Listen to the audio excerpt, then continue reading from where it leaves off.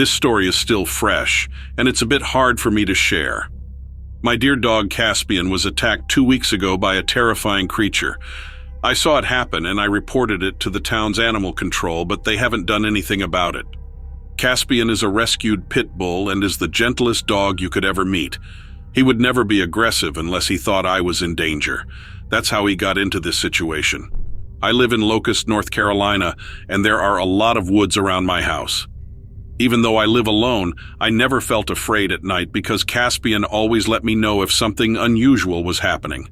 I don't use electric fences and I don't tie my pets up, so when Caspian needed to go outside, I'd let him out into the yard and watch him from the door. This had never been a problem before. There's a large stretch of woods in my backyard, but Caspian was well trained. He would always come right back when I whistled. So, 2 weeks ago, when I watched him go into the woods and he didn't return when I whistled, I was very surprised. I was wearing my bedroom slippers at the time because I work from home. I had to go back inside to put on some shoes before I went after him. I grabbed some of his favorite meat treats and put them in my pocket as I headed out the door. I walked through the woods for about 5 minutes, calling his name and clapping my hands, but there was no sign of him. I started to get really worried. The forest seemed unnaturally quiet. There were no birds singing or animals moving. Even after I stopped making noise, everything remained silent. This made me feel uneasy. I walked a bit further and kept calling his name. Suddenly, I saw something in the brush ahead of me. It looked like a wolf, but much larger. We have coyotes around here, but no wolves. Coyotes aren't very big, so I squinted, trying to figure out if it was just a big dog. At first, it was on all fours, and I had no reason to think it was anything out of the ordinary. I remembered that you shouldn't act like prey if you see something in the woods, so I made myself look big and yelled, "Go on, get out of here." Unfortunately, it didn't move. Instead, it turned and looked straight at me. Its eyes were a sinister yellow, glowing like a deer's eyes in headlights. Its face didn't look quite right for a dog or even a wolf. The jaw was too large, and the ears seemed taller. But those eyes were the scariest part. I couldn't look away. The creature growled low, and I felt frozen with fear. All my brave ideas about yelling to scare it away vanished. I could barely breathe, and I was sure it could sense my fear. The creature sniffed the air, still looking at me, and I realized it could probably smell the meat treats in my pocket. My heart pounded in my chest as I slowly backed up a step, and then another, not sure what to do. Suddenly, the creature rose up on its hind legs. It stood up, crouched a little, but on 2 feet, and it must have been 7 feet tall. It roared like a grizzly bear and leapt toward me. I screamed and ran, knowing this thing was going to catch me. I hadn't gone very far when I heard Caspian barking. I turned and saw Caspian racing out of the woods, launching himself at the creature. I screamed, "No!" as I watched in horror. Caspian bit down on the creature's side, hanging on with all his strength. The monster roared and swiped at Caspian, scratching him with its claws. I know I sound like a coward, but I couldn't fight this creature. I ran, whistling for Caspian, hoping he would follow me. I reached the house and looked back. Thank goodness Caspian was right behind me. We jumped through the door, and I locked it quickly. Animal control arrived about half an hour later. I spent that whole time crying, knowing we had narrowly escaped. When one of the officers started to head out with a stick with a loop on the end, I told him, "That's not going to work. You need more than that." He told me to wait inside. They were gone for about 15 or 20 minutes, which didn't seem like enough time. When they came back, they had no information. One officer insisted it was just another dog that fought with Caspian. Nothing I said could convince them it was a 7-foot-tall creature walking upright. For many weeks after that, Caspian and I didn't leave each other's side. I'm not sure who needed who more, but I think we both needed each other equally. Let's just hope we never have to deal with that again.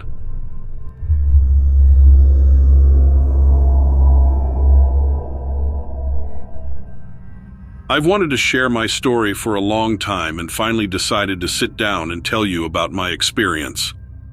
I've been a fan for a while, and I'm excited to see what you think of my story. I hope you don't mind that it happened quite a few years ago, back in the summer of 1995. I was only 7 years old that summer, but I remember everything that happened very clearly. It was a camping trip that changed my life forever.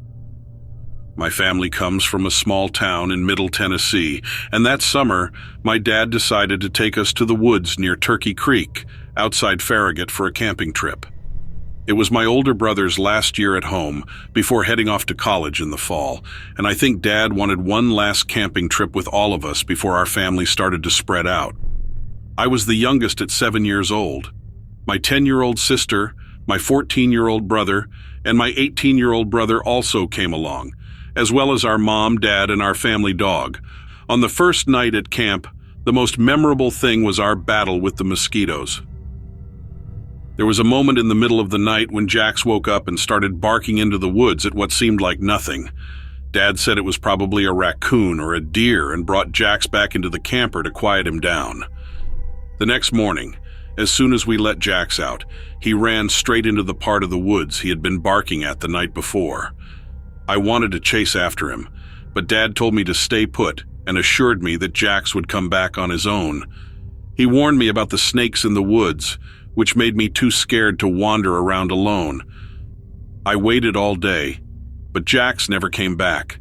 As it started to get dark, Dad suggested we go look for him. My older brothers went one direction, Mom went with my sister in another, and I went with Dad. We searched as much of the woods as we could, but no one saw or heard anything, and soon it was too dark to keep looking. Mom reassured us that if we went to bed and rested, Jax would probably be waiting at the door in the morning. I barely slept that night because Jax was my best friend in the world. After everyone else fell asleep, I decided to sneak out and search for Jax on my own. I grabbed my dad's flashlight, put on my shoes, and slipped out of the camper as quietly as I could. Dad's warnings about snakes made me nervous, so I walked with my head down and the flashlight pointed at the ground. I couldn't call out for Jax because I didn't want to wake up my family. I hoped he would see me and come running. Suddenly, I heard a strange snorting sound that made me stop in my tracks. I froze and pointed the flashlight straight ahead. I had heard about Bigfoot, but I never expected to see one in the woods in Farragut. Most stories I'd read were from California or Colorado or the East Coast, but I swear that's exactly what I was staring at. It was 8 or 10 feet tall, covered in hair, and had a face that looked mostly human, but with a wide nose like a monkey's and a large mouth. I was too scared to scream, but I don't think it meant me any harm. It seemed just as curious about me as I was about it. As I stood there, it reached out a massive arm and rested its hand on top of my head, like you might do when petting a cat that has walked up to you. When it touched me, I smelled a strong, musky odor. That smell seemed to snap me out of my frozen state, and I took off running back to the camper. The Bigfoot didn't chase me. I think it might have run away, just as scared as I was. When I got back to the camper, my mom was already up and sitting on the steps waiting for me. She gave me a stern talking to. If I had been a few minutes later, she would have woken my dad, and I would have been in real trouble. We went back inside and lay down, but I hardly slept at all. I didn't tell my mom what I had seen because I knew she wouldn't believe me, and I was already in enough trouble for sneaking out. The next morning, when we all came out of the camper, there was Jax, safe and sound, tied up outside. I ran to hug him and smelled that familiar musky odor in his fur. It was as if he had been carried back to camp under the big hairy arm of the Bigfoot. Dad always said that someone else camping nearby must have found Jax and guessed where he belonged. But deep down, I know what really happened. I don't talk about it often because I don't want anyone to think I'm making it up. But between me, you, and your listeners, there's a Bigfoot in the Turkey Creek woods of Farragut. But don't be afraid. It's just as curious about us as we are about it.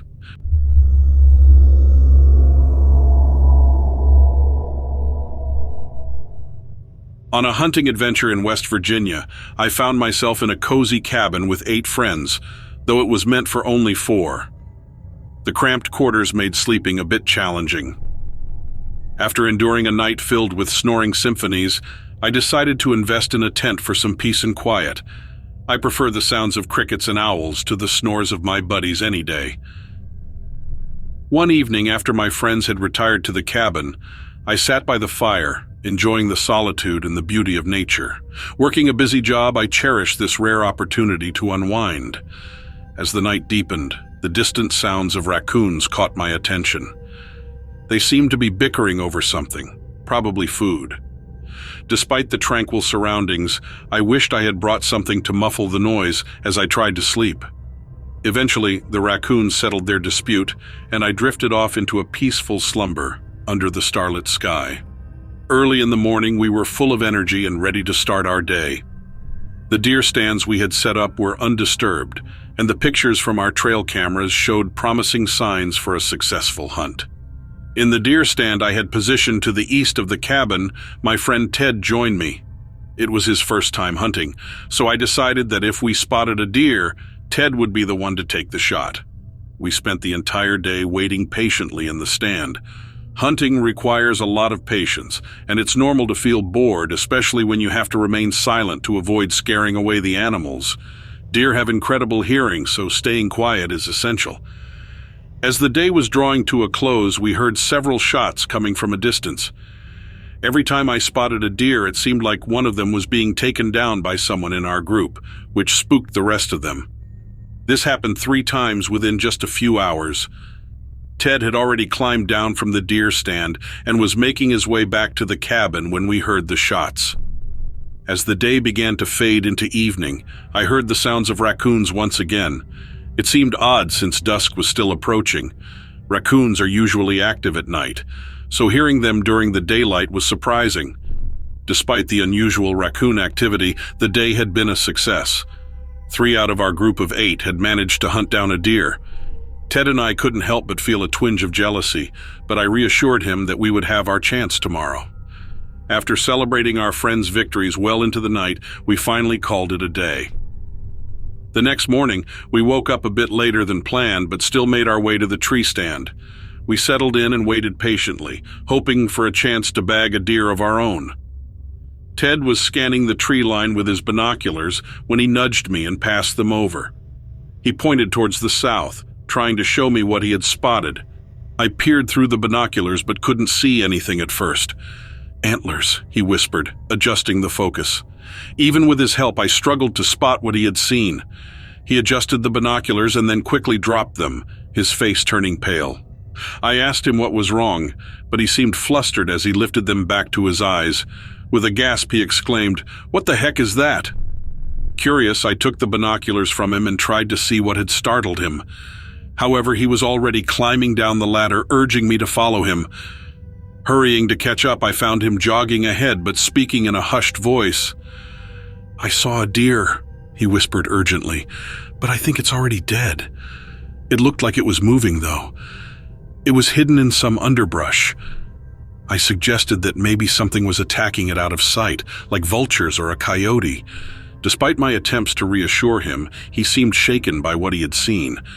We glanced back in the direction we had come from and tried to figure out which way Ted had seen the deer. But suddenly, Ted hesitated. He didn't want to lead the way anymore. He started speculating about what might have happened to the deer. Maybe it got stuck on a fence and couldn't move, or maybe someone had left a dead animal there, or even hunted a deer that didn't meet the rules. These things happen sometimes. Maybe someone ran out of tags. We tried to reassure ourselves as we quietly made our way towards where Ted had spotted the deer. But then, a terrible smell hit me like a brick wall. It was the unmistakable stench of something decaying nearby. Ted slowed down and eventually stopped, his eyes fixed ahead. I couldn't see what he was looking at, but when I turned around, my heart nearly stopped. I heard the raccoon sounds again, and there, standing in the underbrush, was something that looked like it was dead. It was huge, probably about 9 feet tall, with antlers on its head. But its face, it was like a deer's, but only the skull remained, and its flesh seemed to be melting away. The creature started to move. Slowly, it turned its head towards us, and that's when we saw its eyes. They were yellow and glowing, like lanterns in the dark. I couldn't believe what I was seeing. I dropped my gun, which I'd never done before in all my years of hunting. We stood there, frozen in shock. Ted had left his gun in the stand, and panic started to set in. I reached down to pick up my gun, but then something unexpected happened. There was a loud noise, but it wasn't from my gun. Someone from our hunting party had fired at a deer nearby, causing the creature in front of us to run away. It wasn't a fast sprint, more like a stumbling rush through the trees, but it disappeared from sight. I couldn't bring myself to shoot at it. I was too terrified to move, let alone aim my gun. Ted urged me to shoot, but I couldn't. I could only stand there staring at the horrifying sight before me. I'll never forget the smell that filled the air, the stench of decay and death, and those glowing eyes will forever haunt my dreams. It was the most terrifying thing I've ever witnessed.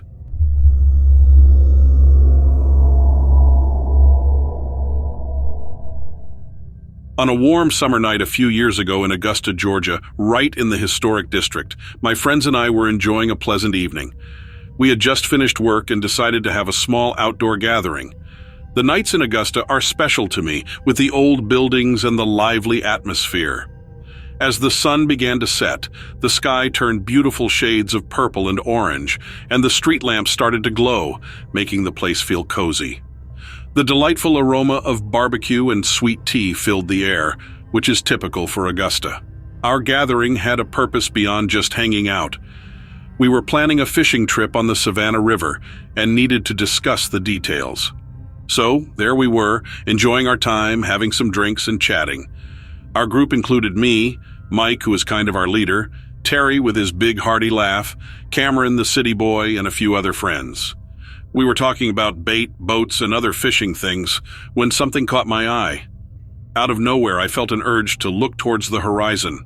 It wasn't something I planned or could explain easily. It was like a feeling deep inside telling me to look up. As I turned my gaze away from my friends and towards the distance, I noticed something unusual. The feeling was strong, almost like an invisible signal guiding me to look in that direction. We all love stargazing. My friends and I had spent many nights under the open sky. We could tell stars from planets, spot constellations, and sometimes even see a satellite passing overhead. But what I saw that night surprised me a lot. An array of lights suddenly appeared in the sky. They blinked and flickered like distant fireflies, and it seemed unusual. Looking around, I realized the others hadn't noticed yet. They were busy laughing and talking loudly, almost covering up the sight of those strange lights. But I was fascinated. Gradually, I saw that what I thought were scattered lights were moving in a coordinated way. I finally got their attention and said, "Hey guys, check that out," pointing with my drink. They turned their eyes to the sky, and silence fell over us. We watched with our mouths open as strange lights danced in the sky, unlike anything we'd seen before. That was how the unforgettable night began, the night when everything changed because of something we couldn't explain. We all stared up, trying to understand what we were seeing. The lights moved in odd patterns, not like any plane or helicopter. They moved with strange agility, forming shapes that confused us. Sometimes they would stop suddenly, only to speed up again incredibly fast.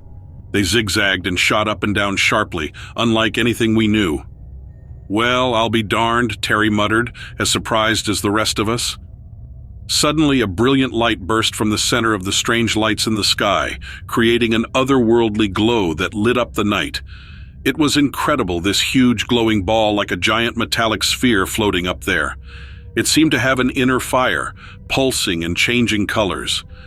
It was so bright that it made the night almost look like day, more like one of those neon signs you see in store windows than anything you'd expect in the sky. Then we heard sounds. It started as a soft humming that gradually grew louder and filled the air around us. The noise was strange, a mix between a mechanical sound and the hum of cicadas in the summertime. I can still see Cameron's face, his eyes wide open like he couldn't believe what he was seeing. We half expected to see tiny people coming out of that glowing sphere because that's what we always see in movies and TV shows. But no one came out. There were only the bright lights, the humming noise, and 5 grown men standing there in amazement. Then, just as quickly as they had appeared, the lights and the humming sound vanished. The sphere seemed to fold into itself and disappear, leaving the sky as clear as it was before this amazing and puzzling spectacle. For a moment we stood in silence, each of us trying to understand the amazing event we had just seen. "Did we just see a UFO?" Mike finally broke the silence. his voice a mix of excitement and worry. Everyone agreed with murmurs and nods. We had no logical explanation for what we had witnessed. After seeing that incredible light show, our conversation definitely changed. We shared guesses, ideas, and even some laughs about the chance of being taken away by beings from another world. As for our fishing trip, it was definitely overshadowed by the spectacular display we had seen. But to this day, whenever we cast our lines into the calm waters of the Savannah River, we can't help but glance up at the night sky, hoping for another look at those mysterious visitors who had changed how we saw the universe. And sometimes I wonder if they too are out there, casting their lines into the vast unknown, just like us.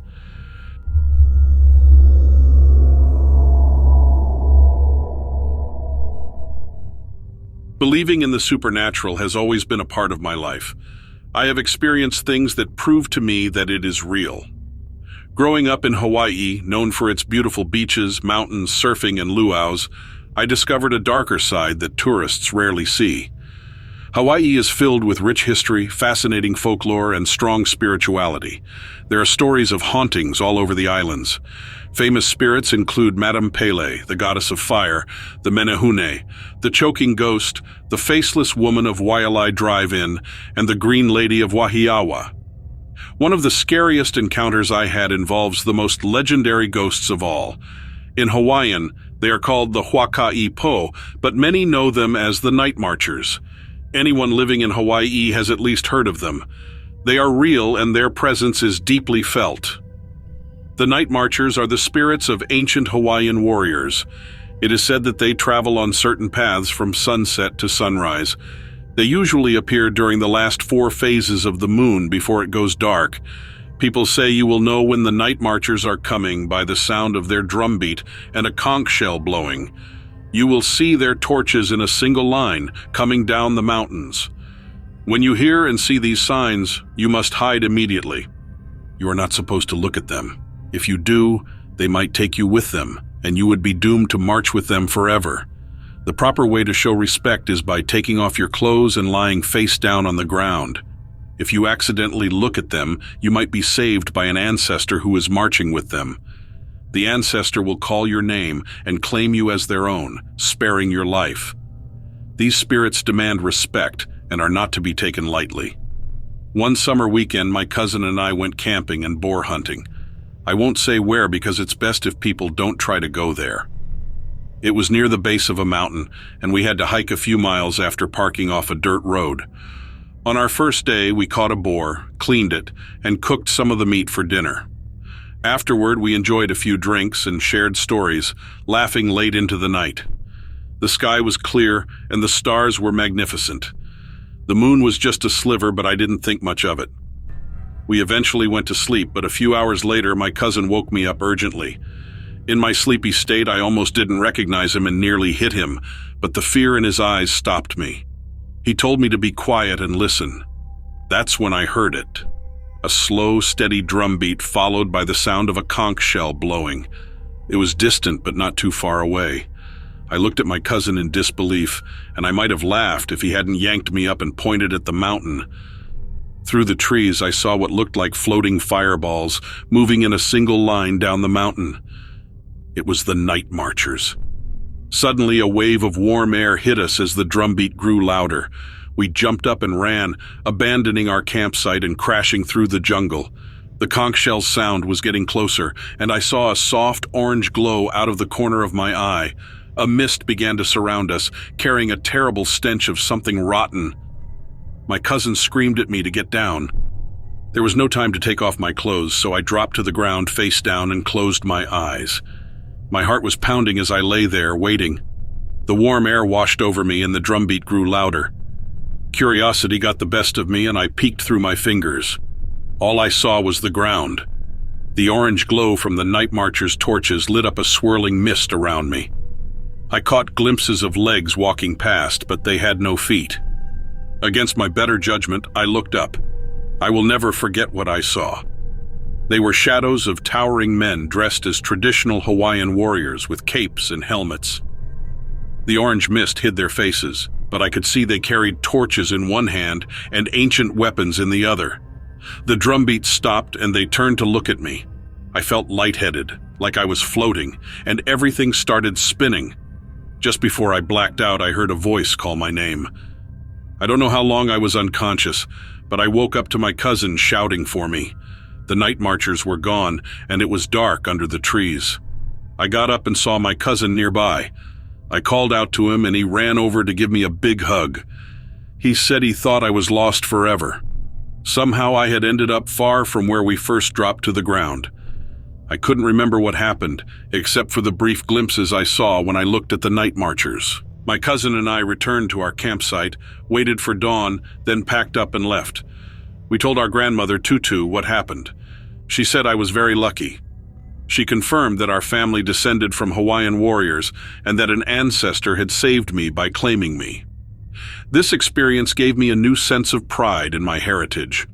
Hawaiians deeply respect the land, which we call the Aina. There is a strong spiritual connection to it. The Aina deserves our respect, and if we don't give it, we might face consequences we are not ready for.